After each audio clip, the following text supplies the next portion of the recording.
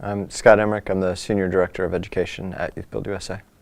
The video series is about post-program placement and specifically the role that building effective partnerships with post-secondary institutions play in supporting post-program placement.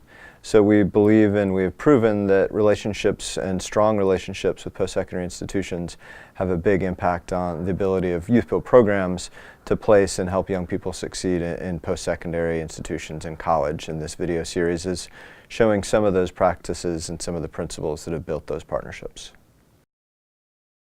So this slide is showing the conceptual model that we've used to create this approach to post-secondary partnerships. At the top, you kind of see the before model, where there's a YouthBuild program on one side, and then all the way on the right, there's the community college or the career setting where we're trying to place a young person. And the space in between, heretofore has had pretty limited follow-up and graduate support for YouthBuild students. So that space has to be navigated by the YouthBuild student as a first-generation college student to find their way into a post-secondary institution or into a career setting that works for them and their family. The goal is to get to a place that looks closer to the bottom part of the slide, where the systems of a YouthBuild program or a secondary school get combined and shared with the post-secondary institution. So that as you're going through a YouthBuild program, you're actually exposed to post-secondary campuses, post-secondary coursework, and there's a shared delivery of the program between the YouthBuild and the post-secondary institution. This slide shows some examples of partnership activities that YouthBuild programs have done in coordination with post-secondary institutions. Summer bridge programs have made a big difference for many YouthBuild students. The idea that between YouthBuild and starting college, we're providing intensive and explicit instruction around being college ready, both in core academic content areas, but also around college knowledge and navigational skills that matter for young people to succeed at college.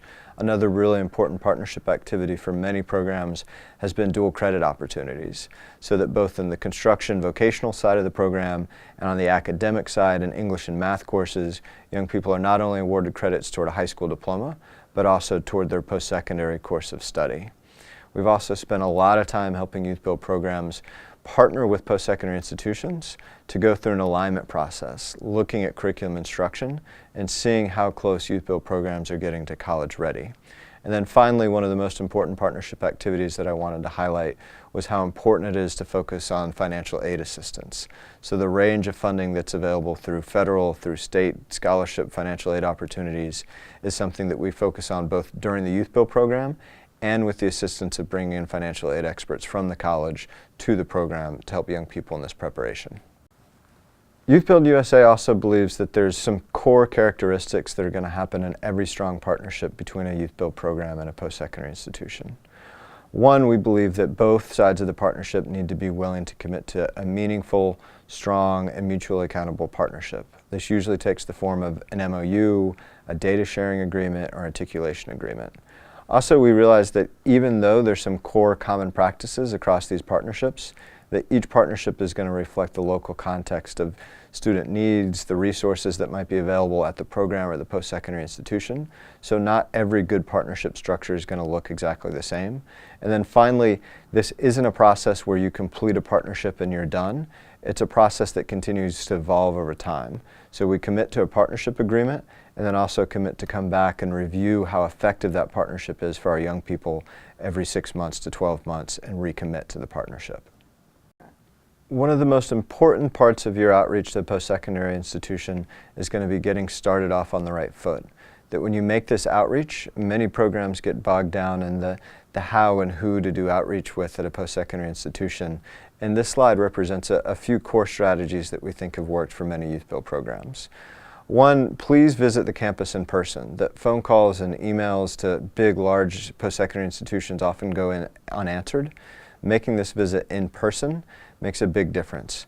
Also, come to the institution and come to your meeting with a very clear vision of what you'd like for the partnership to provide. Have a targeted list of questions and asks.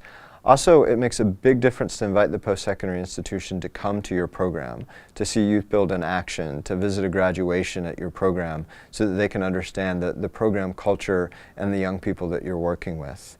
Also, make sure to include students in the conversation. YouthBuild graduates who've been through their post-secondary institution, your policy council, young leaders who can speak to the value of YouthBuild really help establish the partnership. Also, the partnership gets strengthened when you're asking for personal introductions across the institution. That many programs think we have to start the partnership with the president or provost, but in reality, a range of post-secondary staff and faculty can really help build and strengthen our partnership. And then finally, don't forget to mention what it is that YouthBuild brings to this partnership.